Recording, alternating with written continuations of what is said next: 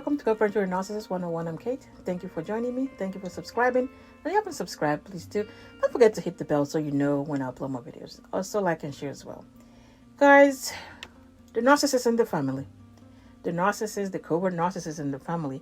Usually, if you're lucky, you don't have any of this. But sometimes we have those people that maybe don't have the disorder, but they definitely have the traits, more than more than others, or they're just plain toxic people, you have those people that are like needy, and sometimes like everybody's, you wanted some attention every now and then, but there are those people that you're like, why is it always you? Why you always like have something around you? Like every issue, every discussion is somehow about you. There's always something like that in the family. There's that uncle, that aunt, that cousin. Nobody don't really quite understand, but So there's the narcissist in the family. These are like, the one that their whole existence is a crisis. Their whole existence is a crisis. Like something happens to them, they have a flat tire. They need to have everybody in the family, show up, have a meeting and come. The whole family needs to know about it, and everybody needs to come together and rush and rescue them, because that's how it is. They have a flat tire on this street, and they're gonna call all the cousins that are close by, the aunts that are close by. Everybody needs to come and help them with this crisis. It doesn't matter they've called only one person. They can call only one person to help them. They will call it. Everybody needs to know.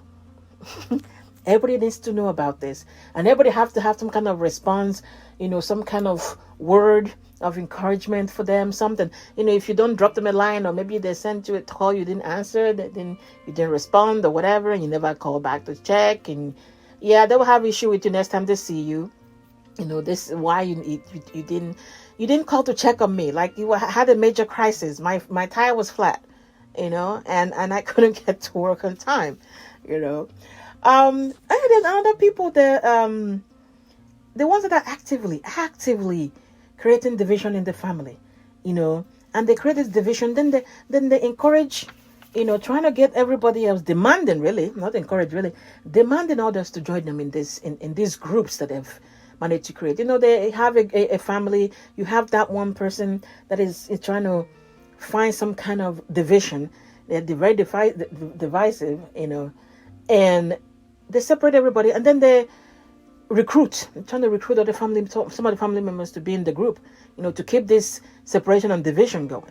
There's always somebody that enjoys that a division or the toxicity, when the chaos that happens when stuff like this happen, in the family.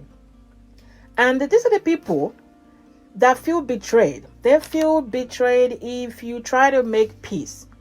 If you try to make peace in the family, these are the people that feel like, oh my goodness, you wronged me. You wronged me so bad. I feel betrayed. After everything I did for you, after, that time I helped you, that time I brought you a bottle of water, and you said you were thirsty, and I had to give you one from my purse, like you do this, you're trying to make peace. Of course, they're not going to call it making peace, because when you're making peace, you're trying to unite the divided family that they've encouraged, they somehow encouraged, to be that way, so they can have these little groups within the family.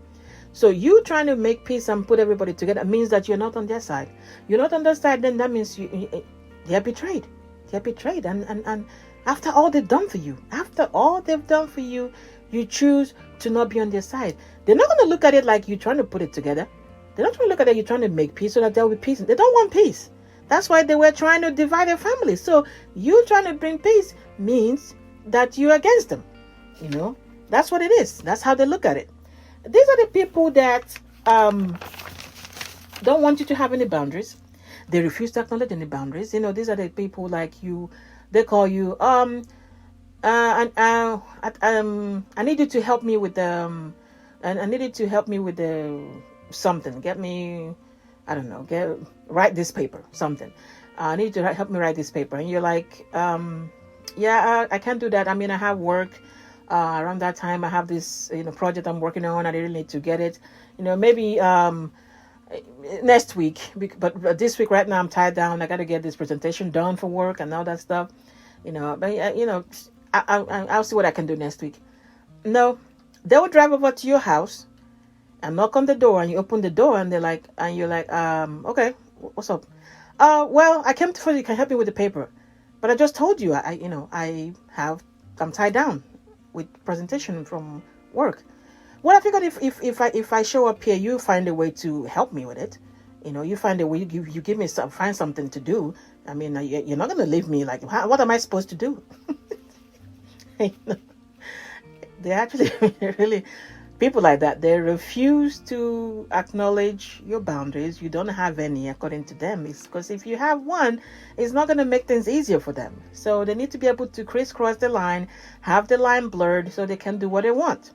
They need the focus to be on them 24/7, even at the detriment of your spouse or children. Like marriage and relationship don't mean nothing to these people. They need to have access to you all the time.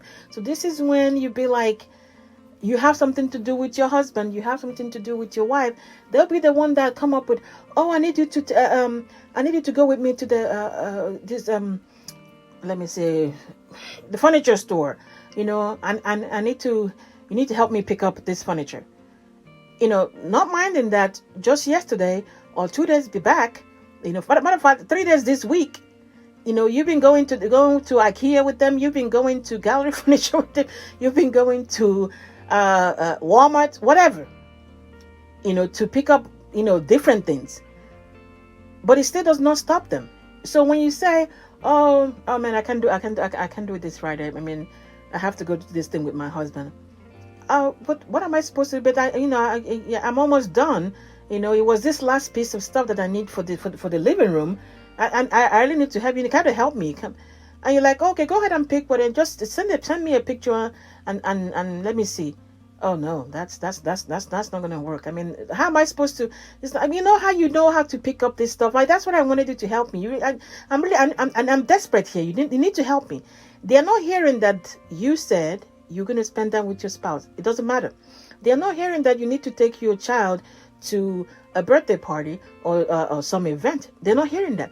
All they care about is them. You need to focus on them 24/7. They don't care that they've asked you to go to all these places the previous week. No, nobody matters but them. They need you to come with them and do this.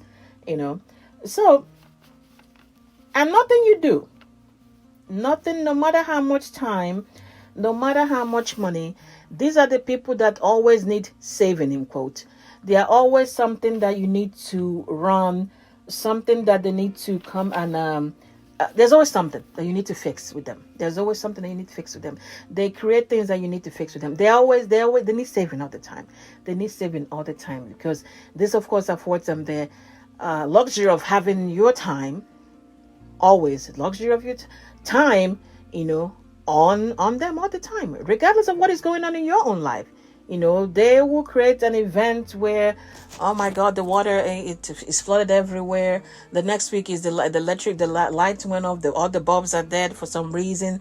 The next one is, I don't know what's going on. My car won't start. And there's always something that they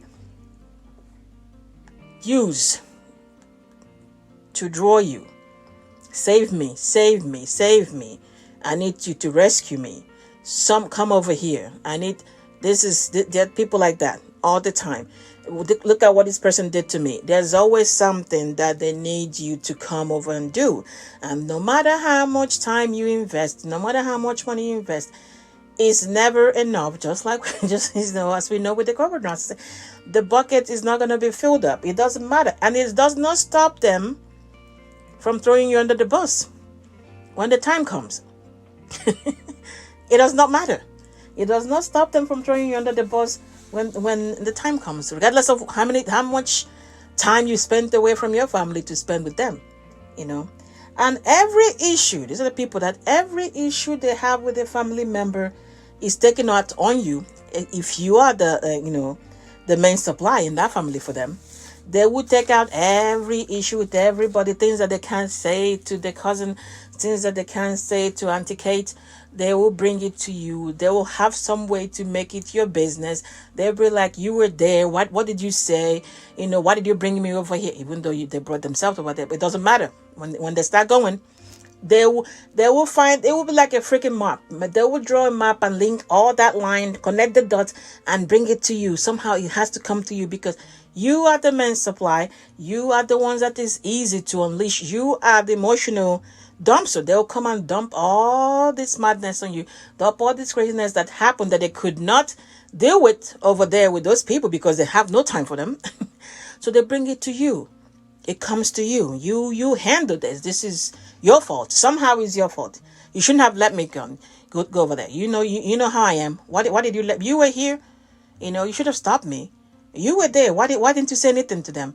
I saw how you were smiling on that side. That's what you were doing. It doesn't even matter if you were on the phone, smiling on the phone with something else. It would be like, yeah, this is you co-signing this, whatever it is that they had going on with the other person, that they couldn't deal with that person and leave it there. No, they bring it to you. So there's always the toxic person in the family, the narcissist in the family. These are some of the stuff that they will do. Attention all the time will be on them. These are the people when you are, it's like, like children, when you're planning something, somehow everybody have to figure out what their temperament is that day. What is the emotional stuff they're going through that day, because that will determine whether this is going to move forward or not, because they are the divisive person in the group. They always divide everything in the group. So, everything kind of somehow you're trying to make a plan. Like, I don't know what Kate would do now. What the hell is going on with Kate this week? Who knows? So they're always that person, in the family. And the people that, when you start learning about this stuff, you're like, oh, that's what that is. But before, like I have people like that in the family that we weren't even sure what's going on. But this is always what happened. This is the person that will envy everybody. If you buy a new thing and show up for their Christmas dinner or Thanksgiving dinner, they'll be the ones that tell you how, that's not even the latest model. The latest model was out yesterday, or wow, that's not even the I think I got that. I wanted to get it, but I got this other thing instead. They will put down your accomplishment. They will, envy everything you do. They'll be jealous. Everything nobody's supposed to do better than them in the family. You have to understand that. That's the rule. That's their rule in the head. They're supposed to be the shining star. If you buy a house, they will go look for something bigger. If you get a car, they will go look for something if they can afford it, or they will talk bad about whatever it is you got. It doesn't matter, because the envy and the jealousy they have towards other people, if they are not on top, it will not allow them to say, oh wow, great job, oh wow, cool, that's a nice car, oh you guys did good, it's a big house. That's not going to happen. While they are there walking around, maybe in a new house or whatever, they are busy planning on, if they see a 3-bedroom, then that means they're going to get 4. If they see 5, they're going to get this. And in that whole process, they're telling you, oh, you should have done that. Oh, you should have done that. Oh, now that, oh, is that all they're offering? I think this would have been better. They will have something that would be negative throughout. These are the toxic people in the family. All right, guys, get a hold of your mind. Get a hold of your mind, and everything else will fall into place. Please like and share. Take care.